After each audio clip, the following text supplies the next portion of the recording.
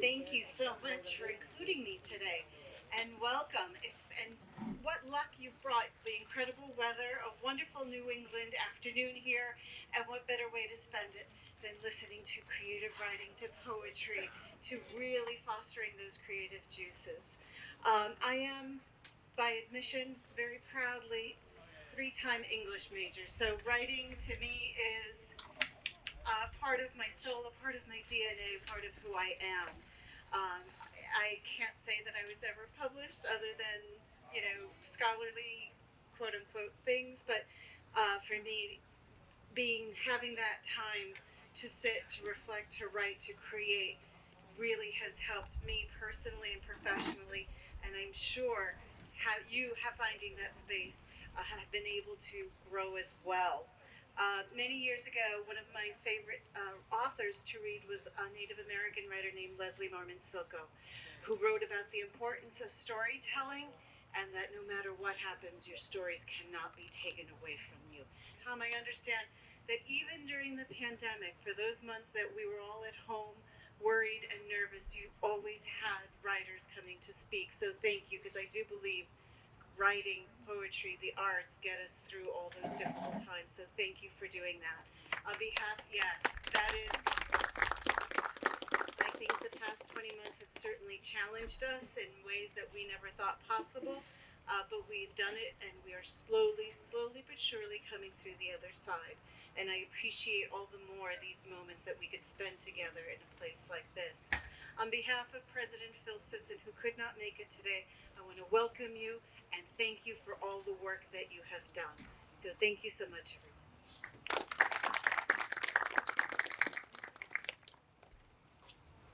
Thanks so much, Provost Rodriguez. Welcome to this Middlesex Community College Visiting Writer Series with DeMisty D. Bellinger. I'm psyched that we are here. As was mentioned, we were Zooming it for so long, and this is our first live reading since the fall of 2019. So I'm really excited. I'm excited to have DeMisty here. I just want to say this series is an ongoing series that is sponsored by the Creative Writing Program as well as the Office of Student Engagement. I just want to thank a few people, Steve Rossi and Shannon Carroll and her staff from the Office of Student Engagement, Dean of Liberal Arts Matthew Olson, English Department Chair Jill Keller, and Beth Noel and her marketing crew in the marketing department that help us out. Today we're here. You'll hear poetry and fiction from DeMisty D. Bellinger, and there'll be a question and answer period, so thoughts and questions you have, she will be happy to entertain.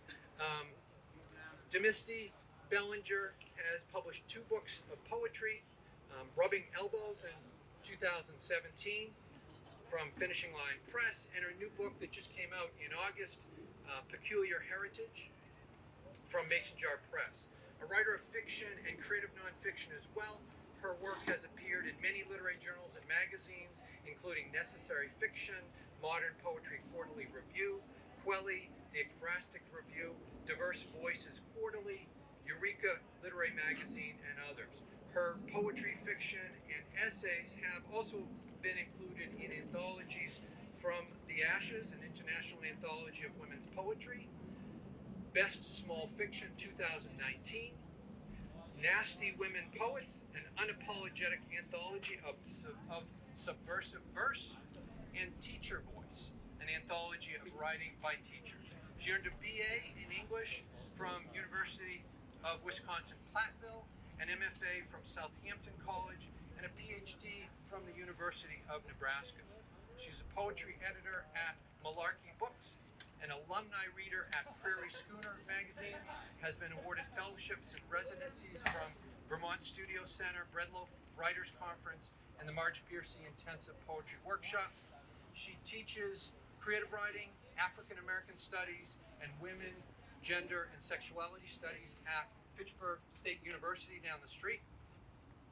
Of her work, the writer Marge Piercy has said, DeMisty D. Bellinger writes powerful, intelligent, and lyrical poems. She successfully writes political poems that are well-crafted, moving, and elegant. The recent summer 2021 issue of Ligeia magazine contained a review of DeMisty's new book, Peculiar Heritage, by writer Ashley Wagner. Wagner writes, "Peculiar Heritage is a book necessitated by the shock of a peculiarly American culture of violence." And Bellinger responds to the call in a way that is multifaceted, heartbreaking, and enticing. In short, Peculiar Heritage is a triumph. It is both love letter and fight song. It is an homage to those who came before us and a rallying cry for those taking up the fight. Please help me welcome DeMisty Bellinger.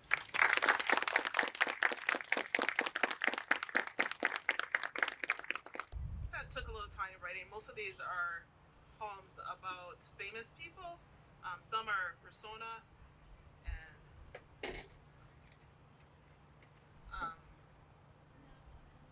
yes, famous people living and dead. I'm gonna start. I said I wasn't gonna read it, but I'm gonna read this one. This one is called "I Guide Stevie Wonder by the Hand." Can you guys hear me? Okay. Okay.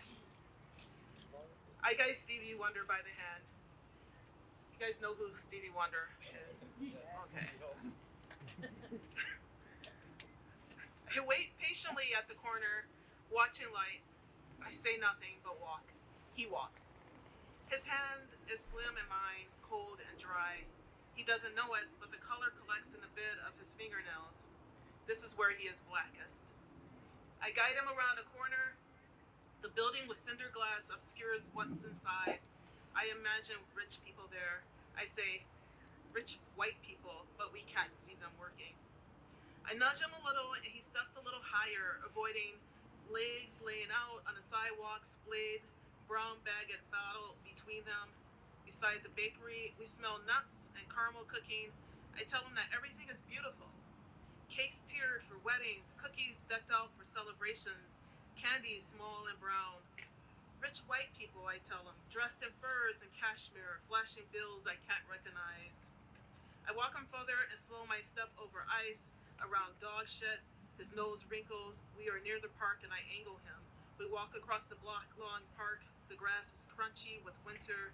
In the exact middle of the park, Stevie stops me. We stand still and my heart feels too violent. He says, "Listen, just shh." This next poem is about Taylor Swift. Although I don't think I know. I think the one song I know by Taylor Swift for sure is "Shake It Off." I know that's by her. I was very lucky in that my second book was compared. There's this Instagram account called, I want to get it right, book covers as Taylor Swift, or Taylor Swift as book covers. So my second book cover is compared to the beautiful Taylor Swift in the outfit. Anyways, this is called "The Grooming of a Pop Star."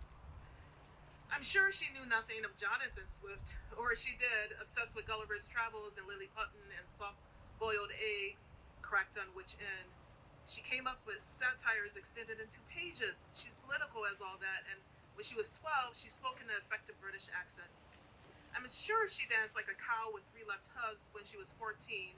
She refused to go with Robbie G. Glick for the homecoming dance because she could not do even the simplest white girl bop, so she stayed home and watched television, Party of Five, and the Gilmore Girls. I'm sure she sang in the shower, the choir, the car, the bus, in tune, always in tune, and turned heads when she closed her eyes. She imagined herself wearing red lipstick that glimmered and sparkled, and light bounced off it, hit her, off her eyes. She glowed. She was Taylor Swift. I always laugh at that one. This one is called, I'm gonna. Okay, so I play music and I listen to a lot of music as well as write. So around the time when Mary Shelley was writing Frankenstein, there were some great composers out there, including Robert Schumann and his wife Clara Schumann. And Clara was a pianist, and so was Robert. And Robert was kind of crazy. And the thing I hate saying, I shouldn't say crazy. He had mental problems, to say. Very depressed. He did surgery to his hands to make his hands splay out a little bit more on a keyboard, which destroyed his hands. So he just became a composer instead of a writer. And in all of this, there's Brahms, the young Brahms, who Clara falls in love with, and you guys know Brahms even if you don't know classical music, because you know Brahms' lullaby. Good night. I'm not gonna sing anymore, but you know, da da da ba ba ba, that piece. But this is called Many Troubled Hours. Clara and Robert wrote a diary to each other. They kept this diary, and there's swearing in this, and there's swearing in a lot of my poems. So, oh, and I should also say that Richard Wagner, you know, from bum ba da da bum bum ba da dum bum, he was a Nazi before Nazis were a thing.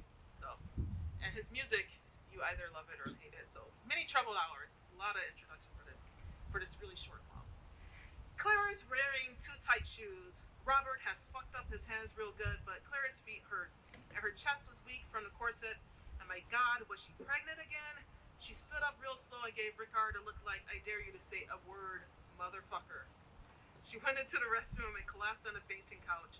Thinking of Johannes, she let her eyes close against the ugly English girl singing nasally in a mirror.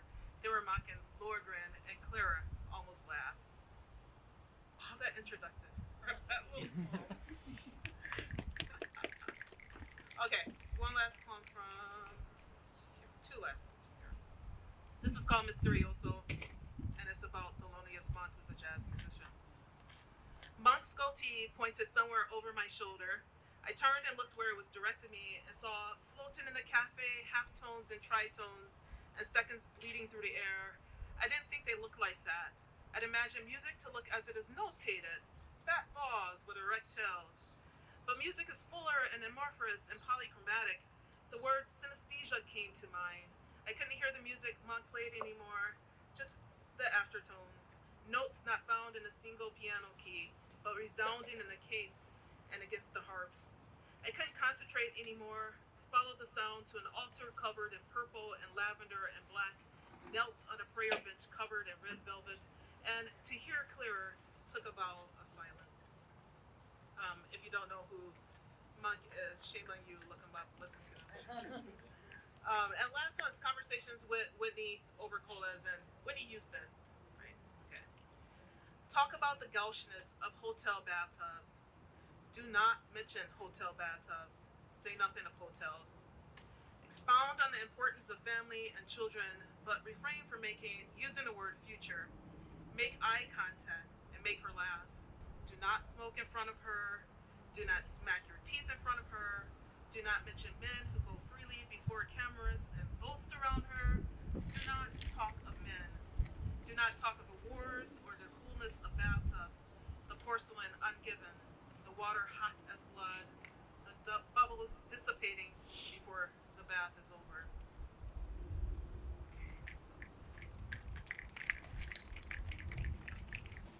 This is a piece of flash fiction. I know some of you are in creative writing, and I'm a teacher before I am a writer, I think. So I'm going to tell you flash fiction is usually 1,000 words or fewer, and this one is it says here it's 963 words, so pretty short. And it's called Black Girl's Magic, and it is written in vignettes. It looks like these little sections here. And, yeah, this one is free online on Cotton Xenomorph website. I published it. Black Girl's Magic. Voodoo doll. She calls me her voodoo doll and sticks a sewing needle in the fattest part of my left breast. I am surprised at how much it hurts, how much it feels good, and wonder if there is blood. Hold still now, she says. For it to work, close your eyes and channel your energy through the needle. She stabs another needle, this time my right arm, the shoulder. How many more times she'll jab me? How did we get here? Me letting her pincushion me. And who, I wondered, was she directing this pain to?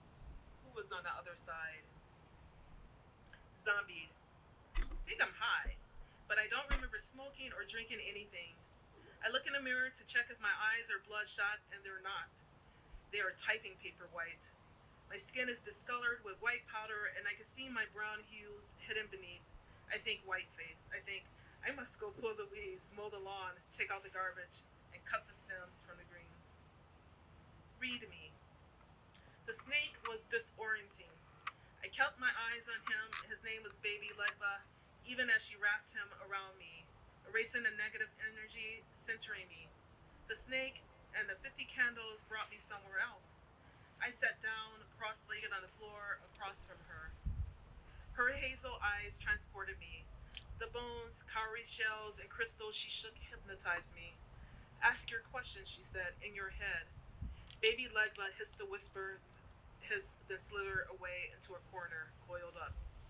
She threw the pieces in her hands onto the marked floor between us. The bones and crystals so polished they collected all the light from the 50 candles and from the fire of her hazel eyes. Prayer. Before we go to bed, she feeds flower petals to a shrine. She gets on her knees and says the Lord's Prayer, then reads her rosary. She sprinkles the room with blessed water. She asked me when I was going to pray, and I shrugged. She cuts her eyes at me and says, you have to live a spiritual life. I say, I believe in you. She looks even angrier and begins to peel away her clothes. I follow suit and ask her if she'll have me over. Don't be foolish, she says. Before morning, in that liminal period when the moon is still setting and the sun is still rising, you are up sprinkling your deck with water down rum. I feel heavy and stay in your bed, watching the day changing out your window. Then I remember Baby Legba, and I sit straight up. You come back to bed and smile at me. He's in a terrarium, you say. You're safe. You're always safe. You kneel beside the mattress and say a silent prayer. I fall back to sleep and offer potential nightmares to the fading moonlight. Sunday morning. Before church, we eat a simple meal of grits and fried eggs. I cook. She prefers her eggs poached, and I prefer scrambled. We eat in silence. When she finishes, she asks me how I'm liking my visit. I don't tell her that I would like to have sex with her. Instead, I ask, where was all this in college?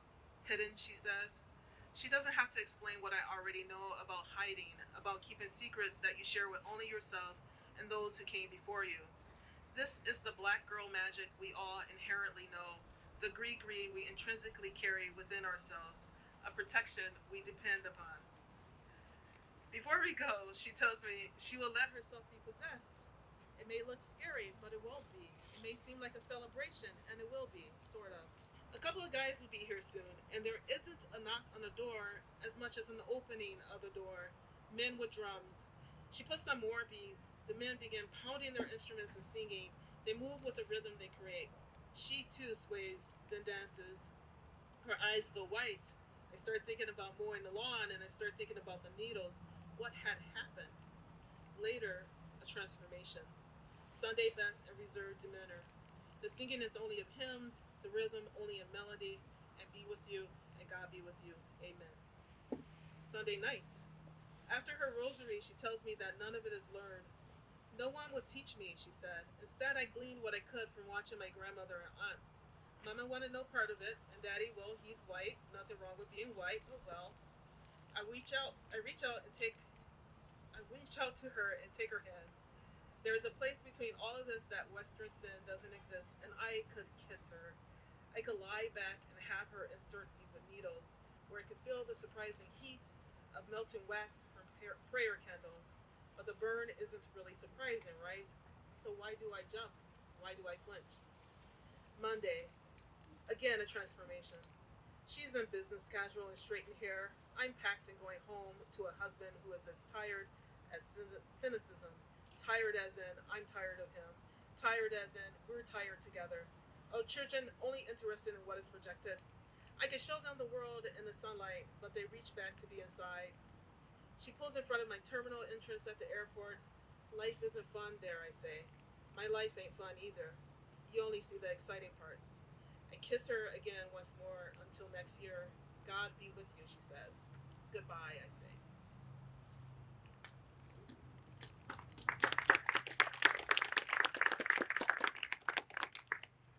This is another piece of flash, and this one is really short. It's like here, and this one is published in OK Monkey online.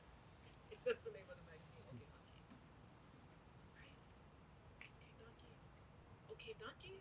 OK Donkey. I should remember it. I'm so sorry. This is being recorded. They're gonna hate me forever, and they're publishing my stuff again. So it goes. Okay, this is called Ladybird, Ladybird, and I think I have an obsession with that particular nursery rhyme because I look back at my stuff and I noticed that I refer to it quite often. So, Ladybird, Ladybird, bird-like, flitting, bouncy. Do I float? Is that your light? He says. You peck at your food, hollow bones. My bones aren't hollow. No, he shakes his head. No, I know they're not, but it's like they're hollow. You know, like a bird. Avian. He shrugs. Sure. I imagine him dying. I imagine taking one of my chopsticks and turning away from the deep-fried tofu and towards him. I see myself forcing his dull tip into his chest, breaking beyond errant bones and stringent skin, plunging through to his heart. Maybe both chopsticks. I am diving in and sawing at his heart, using the stick as knives, picking up juicy bits of his heart. Your voice, too, he says. My voice? Sing-songy. See, you just asked a question there. Well, I didn't know. But your voice goes up and down like a melody that doesn't mean anything. I put my chopsticks down. Suddenly, I don't feel like Chinese food. I don't feel like food. I want to keep eating because I'm afraid that he continued the metaphor, but I can't eat. His heart blood is all over the eggplant and tofu, the steamed brown rice, the noodles. It's on everything. I can't tell what's red pepper and what's him. I cannot eat this. I say, you remember that chant about the bird, fly away home, your house is on fire, your children are alone? Yes. Do you want children? I think about the term fall out of love with. I had always called bullshit. I never believed that people can fall out of love like people could fall in love. But here I am, falling as if my wings are clipped.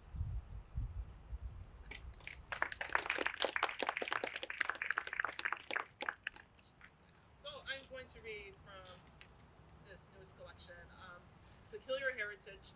And the title, I'm going to read the title poem, and it comes from the idea of America's peculiar practice of slavery. So I started with, this book is in 4 parts, and the first part is set in slavery. I started writing for political reasons, I guess. I started writing neo-slave poems, and some persona poems or poems based on people in real life. And then there's 3 other sections in this poem, or this book. The last section I want to believe is hopeful, so it's not all dismal. Is the titular poem is called A Peculiar Heritage. And so, if you look at her eyes straight on after you've taken from her everyone that she's thought to love, and if you see the whites glisten and the browns grow big, and she appears plaintive, she appears hurt but not depleted, do remember that heifers and sows and ewes too will give such eyes but soon resolve like the negress to forget. You could just not look at her eyes. 2. If you look at her eyes and forget the other livestock on your farm, does it make it easier to take her where your wife won't see? If you see her as livestock, would that make it harder to take her? If she is nothing more than a dam, then what she dams also comes from you. What is it that comes from you? That's a difficult poem. I should have given a content warning for that one. But, so I'm going to read Tituba. And Tituba was the person in real life. She was a West Indian enslaved woman in Salem during the witch trials. And she's the one that was blamed for starting the girls in witchcraft. And yeah, so it's Halloween, right? Just about, which is my anniversary. I wore a black dress because that's what you're supposed to do, right? So this is Tituba. I'll tell you what you want me to if I can be free. It is cold here and I don't know the old England. This is all new to me. I'll tell you what you want me to if I can be free. I would traverse this coast on foot, float down the Atlantic to warmer waters. I'll tell you anything. Yes, say witch. Yes, say spell. I don't care for tea or the way you speak, the way you don't sing. I close my eyes, I'll cast a spell for me and say aloud, yes, I see waters the color of the stones found on the shores and palm fronds waving. I don't hurt the children, I say. I say I do not hurt them. I say the devil came, I say anything. I say because I think they'll uncage me. I say anything. I tell them stories of animals with the minds of men, stories of dances and cats bidding the devil's doing if they'll have me no more. I tell them because I want to be free. If they want me no more with the family, no more in Salem, no more coldness, I'll tell them a story.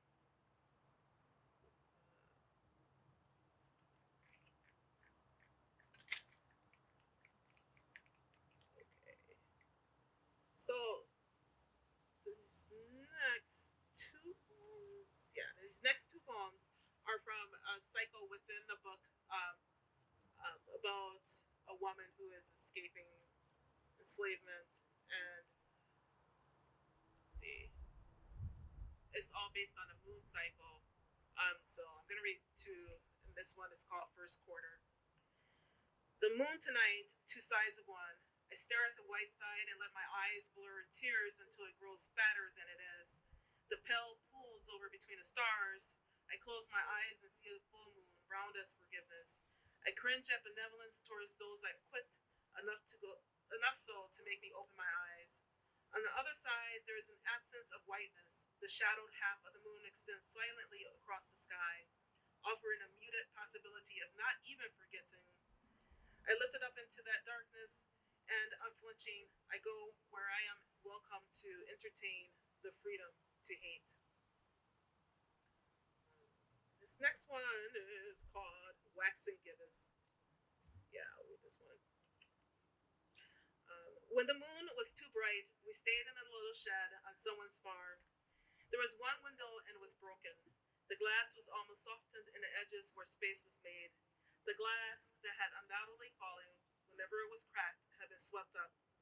It was easy to imagine little sharp shards, sheets of brokenness shattered further by work shoes, glass ground into shimmery bits, glass catching moonlight like crystals and expense like sand again. I brushed the toe of my boot against the floor, listened to the dirt slide like scouring soap against wood. I peek out the window and see the moon, its light as white as dried cow dung, and shape waddling to fullness, and I imagine days I'll spend here in this little shed. This poem is called June 19th, 1865. That is the day that many African Americans, and I guess now, since it was recently made into a holiday, all Americans celebrate the official type of end of slavery. It's when people in Galveston, Texas, found out that they've been free for 2 years. So I always, since I was a kid, I wondered what that would have felt like for a person. So I wrote this a few years ago. It's called June 19, 1865. Emancipation has too many syllables, and I don't have the words for syllables yet. I haven't the experience to understand what it could possibly mean and would be for me. Major General has too many titles, and none of them are master. He says free, and some of us laugh. I step gingerly forward, and nothing. For 2 years, Major General Granger says we've been free. And I take another step forward, and I hear nothing. I walk on, and I don't even hear a dog. I'm still walking. We're going to get out of slavery. Thank you. I'm going to read, this is called Neo Blues Song. What keeps me awake at night lulls you to sleep at 10. There are 10 bars more, but I can't sleep. There is a key change, but I won't hear it. I can't keep up with the tempo. I've forgotten all the words. Things are changing too fast for me, shifting when I'm sitting. I'd get up, but I'm so down. That's how the blues go. I'm so down. Who knows what repeats? What keeps me away at night? Lulls you, lullabies you. I took a workshop with Marge Piercy. You heard her referred to. She's one of my favorite poets, one of my favorite living poets. And in that workshop class, she had us write a poem based on sound or repetition or rhythm. And I wrote Sowing Season. So this poem is because of Marge Piercy. And it's not usually my style, but I like it a lot. So this is like one of those poems that I sent it off and it was accepted like that. That never happens. Usually I get like 50 rejections first before it. So Sowing Season. My mother's fingers thrip, thrip, thrip through my coarse hair. 1/2/3, 1/2/3. Thousands of rings circling each other, thrip, thrip, thrip, thousands of times, braiding histories of the women before her into my hair. My mother parts furrows unto the scalp beneath the mound of my woolly hair, scratching scree, she scree, charting rows of rows crossed by the women before her into my hair. My mother's fingers recall lineage of designs, cross continents, cross Idas, crossing corn rows, thrip, thrip, thrip, plaiting Africa into my hair.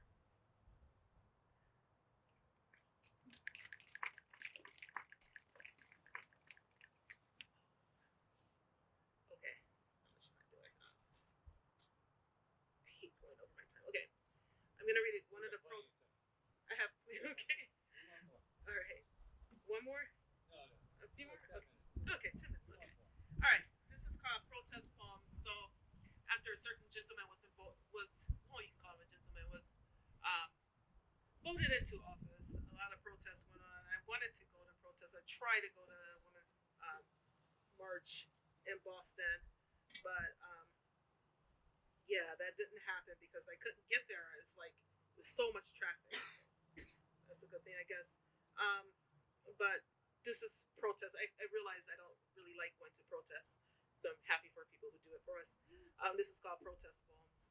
I keep writing protest poems in comfort, near middle class, behind a desktop computer, and notebooks full of unlined, acid-free paper, in my mind on the way to work, from work, at work, in classes. I prompt my students to write, and I write along with them protest poems. Words are woody signage and pink on brown cardboard, lines marching from margin to margin. I imagine me shouting, but silently, in comfort, safely, resisting what's coming, pushing back, protesting it, in poetry. I'm a Protestant in democracy. I berate my representatives. I move mountains and streets. I stop traffic with verse and rhymes and slant rhymes and no rhymes. I won't be moved from my office chair.